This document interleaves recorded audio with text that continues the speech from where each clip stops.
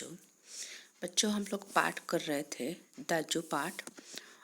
दाजू पाठ के हम इस पाठ के प्रश्न उत्तर की हम चर्चा कर चुके हैं और पाठ की चर्चा कर चुके हैं। आज हम इस पाठ के प्रश्न उत्तर की चर्चा करेंगे।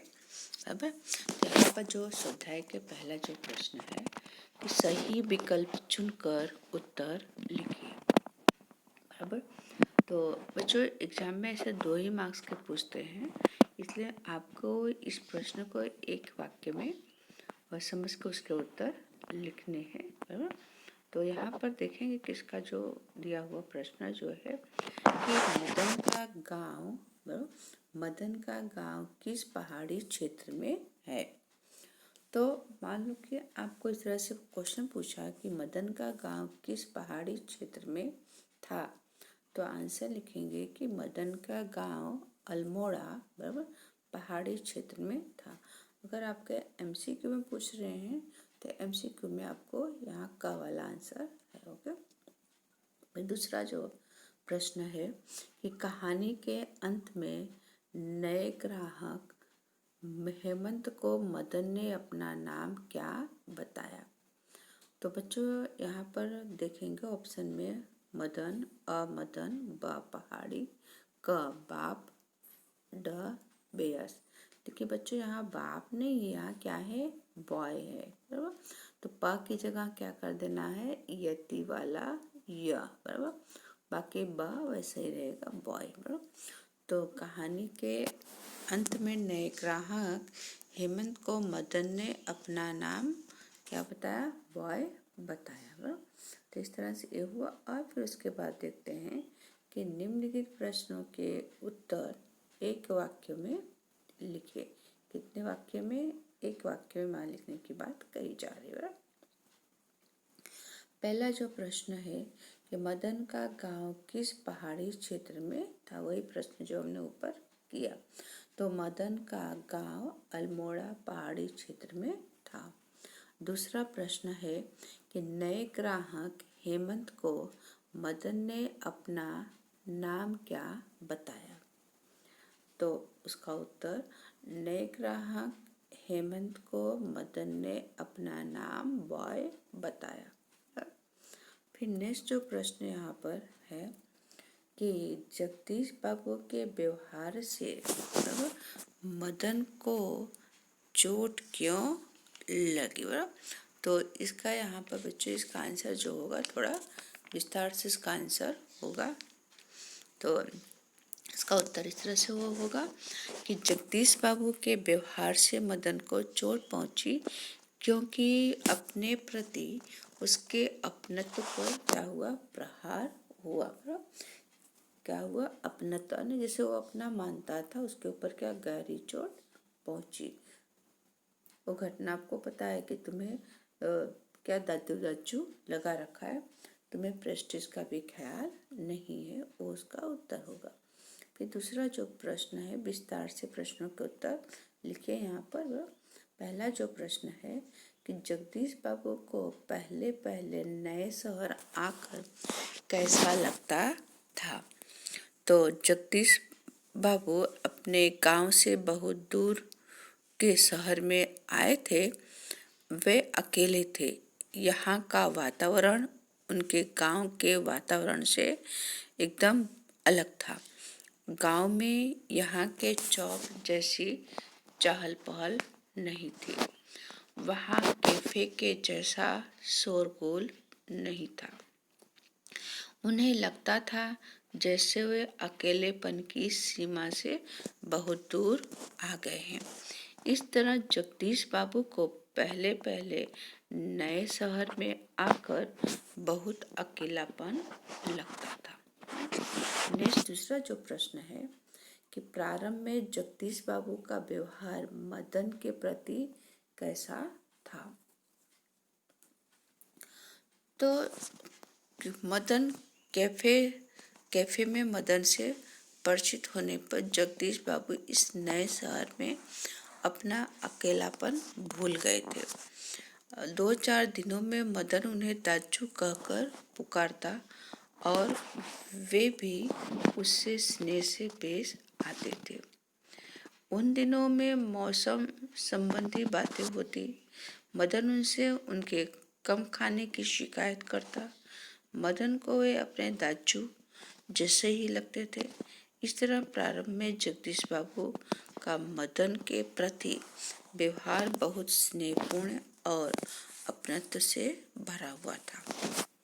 फिर दूसरा प्रश्न है, जगदीश बाबू ने मदन को दाजू कहने पर क्यों डांटा? तो जगदीश बाबू को आरंभ में शुरुआत में मदन को अपने क्षेत्र का लड़का समझकर जगदीश बाबू को बहुत अच्छा लगा था। वह उन्हें दाजू कहकर संबोधित बुलाता था। कौन? मदन। लेकिन आखिरकार मदन कैफे का एक बॉय था। जबकि जगदीश बाबू मध्यम वर्ग के एक प्रतिष्ठित व्यक्ति थे। मदन कैफे में सबके सामने उन्हें दाजू कहता था। यह जगदीश बाबू को पसंद नहीं आया। इससे उनके प्रतिष्ठा को धक्का पहुंचता था। इसलिए उन्होंने दाजू कहने पर मदन को डांटा। फिर अंतिम प्रश्न है कि दाजू कहानी में बाल मन की संवेदना का मार्मिक चित्रण कीजिए। संवेदना ने फीलिंग, मार्मिक आने की हृदय को, दिल को छू जाए ऐसा, बराबर। तो बाल आने बच्चे के मन पर।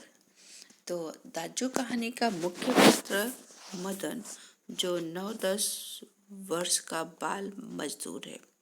कैफे में आए जगदीश बाबू से परिचय होने पर उसे बहुत खुशी हुई थी। वे उसके गांव के पड़ोसी गांव के थे, जहां बड़े भाई को दाजू कहते हैं। कोमल मन के मदन को ऐसा लगा था जैसे उसे उसका बड़ा भाई ही मिल गया हो। दोनों के संबंध में बड़ी निकटता आ गई थी। लेकिन एक दिन दाजू कहने पर जब जगदीश बाबू ने उसे डांटा तो उसके कोमल मन पर गहरी चोट लगी, जिसे वह बड़ा भाई मानता था। उसका बुरी तरह डांटना वह सहन न कर सका। मैनेजर से सिर दर्द का बहाना करके वह सिसकियां भर भर के रोया। इसके बाद जगदीश बाबू उसके दाजू नहीं रहे, वह उनके लिए सिर्फ बॉय रह गया। तो बच्चों, इस तरह से इसका उत्तर होगा। और बच्चों, इसी में ही पाठ में से आधारित एग्जाम में पूछा जाएगा प्रश्न। आपकी इसमें पीडीएफ के अंदर ही है, इसके अंदर प्रश्न नहीं है कि सही वाक्यांश चुनकर पूरा वाक्य फिर से लिखिए, बराबर। तो इस तरह से रहेगा कि लड़के के इसी मौन में जैसे डैश डैश डैश, बराबर। तो उसका आंसर ऑप्शन में दिया होगा आ बा क कि फूल खिल उठे थे, कोई बांसुरी बज उठी थी, सारा मेनू समाया हुआ था। तो इसका आंसर कैसे लिखेंगे? लड़के किसी मौन में जैसे सारा मेनू समाया हुआ था। अब तो इसके बाद नेक्स्ट जो प्रश्न है इसका कि दाजू शब्द की आवृत्ति पर जगदीश बाबू के डैश डैश, बराबर। ऑप्शन अ, मन को चोट सी लगी। ब, मध्यम वर्गीय संस्कार जाग उठे। क, अतीत का एक पुष्ट खुल गया। उत्तर, दाजू शब्द की आवृत्ति पर जगदीश बाबू के मध्यम वर्गीय संस्कार जाग उठे। तीसरा प्रश्न है कि मदन की आंखों के सामने डैश डैश अंधेरा सा छा गया। ब, जगदीश बाबू का तमतमाया चेहरा था या विगत स्मृतियां घूमने लगी। विगत यानी पिछला। तो मदन की आंखों के सामने विगत स्मृतियां घूमने लगी। बच्चों इसी में थोड़ा ग्रामर भी है आपके बराबर, तो ग्रामर भी उसको करना है, एग्जाम में वो पूछा जाएगा ग्रामर, उसको ध्यान से करना है। तो ग्रामर है कि भाववाचक संज्ञा बनाइए। भाव यानी फीलिंग, दिखाई नहीं देता, जैसे एकाकी तो एकाकीपन, अजन अजनबी तो अजनबीपन, आतुर तो आतुरता, बच्चा तो बचपन। ओके, फिर उसी तरह शब्द समूह के लिए एक शब्द लिखिए। किसी का साथ न होना, निसंग, लोगों के आने जाने की ध्वनि, तो जनरल, जहाँ कोई ना हो ऐसा स्थान, निर्जन। तो बच्चों एक ग्रामर पार्ट भी अपनी नोट में देख करके लिख डालेंगे, और आपको मैं निबंध दूंगी बराबर, तो निबंध भी पीडीएफ के अंदर ही रहेगा, उस निबंध को आप अपनी नोट में उससे भी लिख डालिए बराबर। ओके, थैंक यू, धन्यवाद।